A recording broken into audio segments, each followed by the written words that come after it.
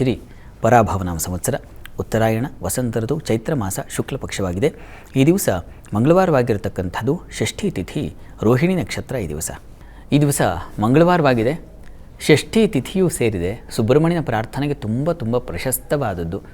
ಸಾಧ್ಯವಾದವರು ಈ ದಿವಸ ಸುಬ್ರಹ್ಮಣ್ಯ ಸನ್ನಿಧಾನಕ್ಕೆ ಹೋಗಿ ಸುಬ್ರಹ್ಮಣ್ಯ ಸ್ವಾಮಿಯಲ್ಲಿ ಅಹಂಕಾರರಹಿತವಾಗಿ ಶರಣಾಗತರಾಗಬೇಕು. ನಾನೇನೋ ಮಾಡ್ತೀನಿ, ನಾನೇನೋ ಸ್ಟೇಟಸ್ಸು ಮತ್ತೊಂದು ಮಗದೊಂದು ನಮ್ಮ ಹುದ್ದೆ ಅಧಿಕಾರ ಇವೆಲ್ಲ ಆಮೇಲೆ ಸುಬ್ರಹ್ಮಣ್ಯ ಸನ್ನಿಧಾನಕ್ಕೆ ಹೋಗಿದ್ದೀವಿ ಅಂದರೆ ನಾನೇನೂ ಅಲ್ಲ ನಿನ್ನ ಮುಂದೆ, ಈ ಶರಣಾಗತಿ ಬೇಕಾಗುತ್ತೆ. ಭಗವಂತ ನಿರೀಕ್ಷೆ ಮಾಡೋದು ಇದನ್ನು. ಭಗವದ್ಗೀತೆಯಲ್ಲಿ 12ನೇ ಅಧ್ಯಾಯ ಇದೆಯಲ್ಲ, ಭಕ್ತಿ ಯೋಗ, ಅದರಲ್ಲಿ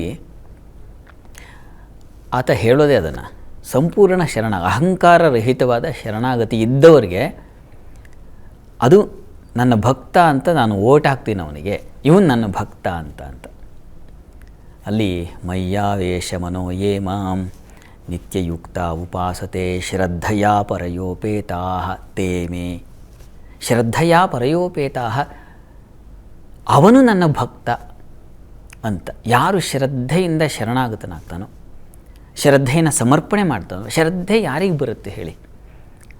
ಶ್ರದ್ಧೆ ಯಾವಾಗ ಬರುತ್ತೆ ಅಂದರೆ, ಇನ್ಯಾವುದೋ ನನ್ನ ಅಧಿಕಾರವೋ ಹಣವೋ ಮತ್ತೊಂದೋ ಅದು ನನ್ನನ್ನು ಕಾಪಾಡ್ತಾ ಇಲ್ಲ ಅನ್ನೋ ಸ್ಪಷ್ಟ ಅರಿವಿದ್ದವನಿಗೆ ಶ್ರದ್ಧೆ ಬರುತ್ತೆ. ಮತ್ತು ಶ್ರದ್ಧೆ ಅನ್ನೋದು ವಿವೇಕ ಚೂಡಾಮಣಿಯಲ್ಲಿ ಬಹಳ ವಿಸ್ತಾರವಾಗಿ ಹೇಳ್ತಾರೆ ಭಗವತ್ಪಾದರು. ಶ್ರದ್ಧೆ ಅನ್ನೋದಕ್ಕೆ ಮತ್ತೊಂದು ದಿವಸ ಯಾವತ್ತಾರು ನೋಡೋಣ. ಅದು ಶಾಸ್ತ್ರಸ್ಯ ಗುರುವಾಕ್ಯಸ್ಯ ಸತ್ಯಬುದ್ಧಿ ಅಂತ ಇದೆ. ಇದನ್ನು ಶ್ರದ್ಧೆ ಅಂತ ಕರೀತಾರೆ.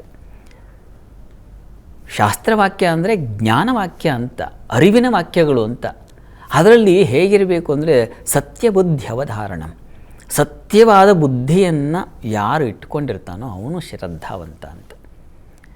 ಇದು ಈಗ ನಮ್ಮ ಭಕ್ತಿಗೆ ಹೋಲಿಸ್ಕೊಂಡ್ರೆ ಅವನು ಸುಬ್ರಹ್ಮಣ್ಯ ಸ್ವಾಮಿ ಅವನೇನಪ್ಪ ಅಂದರೆ ಸತ್ಯದ ಸ್ವರೂಪ. ಸತ್ಯ ಏನು?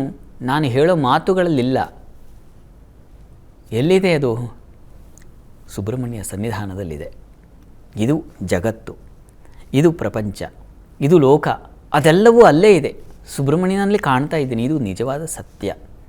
ಲೋಕ ವ್ಯವಸ್ಥೆ ಆಗಿರೋದು ನನ್ನನ್ನು ಒಳಗೊಂಡ ಹಾಗೆ, ಅದು ನಿನ್ನಿಂದ, ಅದು ಸತ್ಯ. ಹೀಗಾಗಿ ನೀನು ನಿಯಾಮಕನಾದ ಮೇಲೆ ನಾನೇನು ಸೇವಕ. ಈ ಭಾವನೆಯಿಂದ ನಾವು ಸುಬ್ರಹ್ಮಣ್ಯ ಸನ್ನಿಧಾನಕ್ಕೆ ಹೋಗಿ ದಿವಸ ನೀವೊಂದು ಬೆಲ್ಲ ಸಮರ್ಪಣೆ ಮಾಡಿದ್ರೂ ಆಗುತ್ತೆ. ಈ ಭಾವನೆ ಇದ್ದು ನೀವು ಹೋಗದಿದ್ದರೂ ಆಗುತ್ತೆ ರೀ. ಈ ಭಾವನೆ ಆ ಮಹನೀಯನದ್ದಪ್ಪ ಇದೆಲ್ಲವೂ ಅವನ ಮಾರ್ಗದರ್ಶನ ನಡೀತಾ ಇದ್ದೀನಿ ಅಂತ ನೀವು ಮನೆಯಲ್ಲೇ ಚೇರ್ ಮೇಲೆ ಕೂತು ನೀವು ಆಲೋಚಿಸ್ತಾ ಇದ್ದರೆ ಅದು ನಿಜವಾಗಿಯೂ ಅನುಸಂಧಾನವೇ ಆಗುತ್ತೆ. ಕೃಷ್ಣ ಹೇಳಿದಾನಲ್ಲ, ಶ್ರದ್ಧೆಯ ಪರಯೋಪೇತಾ ತೇ ಮೇ ಯುಕ್ತ ತಮಾಮತಾ ಅಂತ. ಅಲ್ಲಿಗೆ ಅವನಿಗೆ ನಾನು ಓಟ್ ಹಾಕ್ತೀನಿ ಅಂತ ಹೇಳ್ತಾನೆ. ಅವನ ಮತ ಅದನ್ನು ನಾನು ಚಲಾಯಿಸ್ತೀನಿ ಅಂತ, ಅದು ಅವನು ಭಕ್ತ ಅಂತ ಹೇಳ್ಕೊಳ್ತೀನಿ ಅಂತ ಅವನೇ ಹೇಳಿಬಿಡ್ತಾನೆ. ನೀವು ಆಡಂಬರವೇ ಬೇಕಾಗಿಲ್ಲ. ಭಗವಂತನಲ್ಲಿ ಏನು ಆಡಂಬರ ಇಟ್ಕೊಳ್ಳೋಣ? ನಾನು ಅಷ್ಟು ಹೂ ತಂದೆ, ಇಷ್ಟು ಹಣ್ಣು ತಂದೆ, ಇನ್ನೇನೋ ತಂದೆ ನಿನಗೋಸ್ಕರ ಅಂತ. ಹಾಗೆ ಹೋದರೆ ಅದೆಲ್ಲ ನಮ್ಮ ಅಹಂಕಾರವೇ ಆಗುತ್ತೆ. ಹಾಗಂತ ಹಾಗೆ ಹೋಗಬಾರ್ದು ಅಂತಲ್ಲ, ಹೋಗಬೇಕು. ಹೋಗುವಾಗ ಇಷ್ಟನ್ನು ನಾನು ಒಂದು ಪ್ರೀತಿಯಿಂದ, ಭಕ್ತಿ ನಿನ್ನ ಮೇಲಿನ ಪ್ರೀತಿ, ಆ ಹಸಿವಿನಿಂದ ಹೋಗಿ ಹಣ್ಣು ತೊಗೊಂಬಂದಿದ್ದೀನಪ್ಪ. ಶಬರಿ ಮಾಡಿದ್ಲಲ್ಲ, ರಾಮರಿಗೆ ಬಂದಾಗ ಯಾವ ರೀತಿ ತಿಂದು ತೋರಿಸ್ಲಿಲ್ಲ ಆಕೆ, ಚೆನ್ನಾಗಿರೋ ಹಣ್ಣುಗಳನ್ನು ಮುಂದಿಟ್ಲಿ, ಚೆನ್ನಾಗಿದೆ ನೋಡಿ, ಇದು ಚೆನ್ನಾಗಿದೆ ನೋಡಿ. ಆ ಪ್ರೀತಿಯಿಂದ ನಿಮ್ಮ ಮನೆಗೆ ಯಾರೋ ತುಂಬ ಆತ್ಮೀಯರು, ಕ್ಲೋಸ್ ಫ್ರೆಂಡ್ ಅಥವಾ ಇನ್ಯಾರೋ ನಿಮಗೆ ಹಾರ್ಟ್ ರಿಲೇಟೆಡ್ ಅಂತಾರಲ್ಲಪ್ಪ, ಆ ರೀತಿಯಲ್ಲಿ ಇರ್ತಕ್ಕಂಥವ್ರು ಬಂದರೆ ನೀವು ಹೇಗೆ ಕೇರ್ ಮಾಡ್ತೀರಾ ಹೇಳಿ? ಇನ್ನಿಲ್ಲದ ಅಡುಗೆ ಮಾಡಿಬಿಡೋಣ, ಇನ್ನಿಲ್ಲದ ಏನೋ ಅವರಿಗೆ ಆಸನ ವ್ಯವಸ್ಥೆ ಮಾಡೋಣ, ಕಾಲು ತೊಗೊಳ್ಳೋ ಬಿಸಿನೀರನ್ನು ಹೀಗೆ ಹೇಗೆ ಪರದಾಡ್ತೀವೋ ಹಾಗೆ ಸುಬ್ರಹ್ಮಣ್ಯ ಸನ್ನಿಧಾನಕ್ಕೆ ಹೋದ ಪರದಾಡಿದ್ರೆ ಅದು ಭಕ್ತಿ ಅಂತ. ಹಾಗಿರಬೇಕು ಅಂತ ನಾವು ತೋರಿಕೆಗಾಗಿ ಅಲ್ಲ, ಇನ್ಯಾರೋ ಮೆಚ್ಚಲಿ ಅಂತ ಹೇಳಿ ನಾನು ದೇವಸ್ಥಾನಕ್ಕೆ ಹೋದೆ, ಇನ್ಯಾರೋ ಸ್ಟೇಟಸ್ ನೋಡಿ ಒಂದು 150 ಕಾಮೆಂಟ್ ಹಾಕ್ಬಿಟ್ಟು ಭಕ್ತಿ ಅಂದರೆ ಇದೆಲ್ಲ ಭಗವಂತನಿಗೆ ಬೇಕಾಗಿಲ್ಲ. ನಿಷ್ಕಲ್ಮಶವಾದ ಪ್ರೀತಿ ಬೇಕು. ಅದು ಯಾರಿಗಿರ್ತದೆ ಅಂದರೆ ಭಗವಂತನಿಗೆ ಗೊತ್ತಾಗುತ್ತೆ, ಮತ್ತು ನಿಜವಾದ ಭಕ್ತನಿಗೂ ಗೊತ್ತಾಗುತ್ತೆ ನಾನು ಹೀಗೆ ಇಷ್ಟು ಬಿಟ್ಟರೆ ನನ್ನ ಕೈಲಿ ಇನ್ನೇನು ಆಗಲ್ಲ ಅಂಥೇಳಿ ಕೈ ಮುಗಿತಾನೆ ಅಷ್ಟೇ.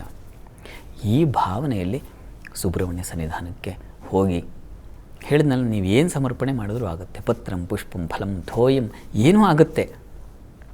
ಆದರೆ ಆ ಭಾವನೆ ಸಮೃದ್ಧವಾಗಿರಲಿ ಅಂತ ಈ ಸುಬ್ರಹ್ಮಣ್ಯ ಈ ಮಂಗಳವಾರ ದಿವಸ ಷಷ್ಠಿ ಇದ್ದಾಗ ತಪ್ಪಿಸಿಕೊಳ್ಳದೆ ಆ ಶರಣಾಗತಿಯನ್ನು ತಂದುಕೊಂಡು ಅವನ ಮುಂದೆ ನಿಂತು ಕೈ ಜೋಡಿಸೋಣ.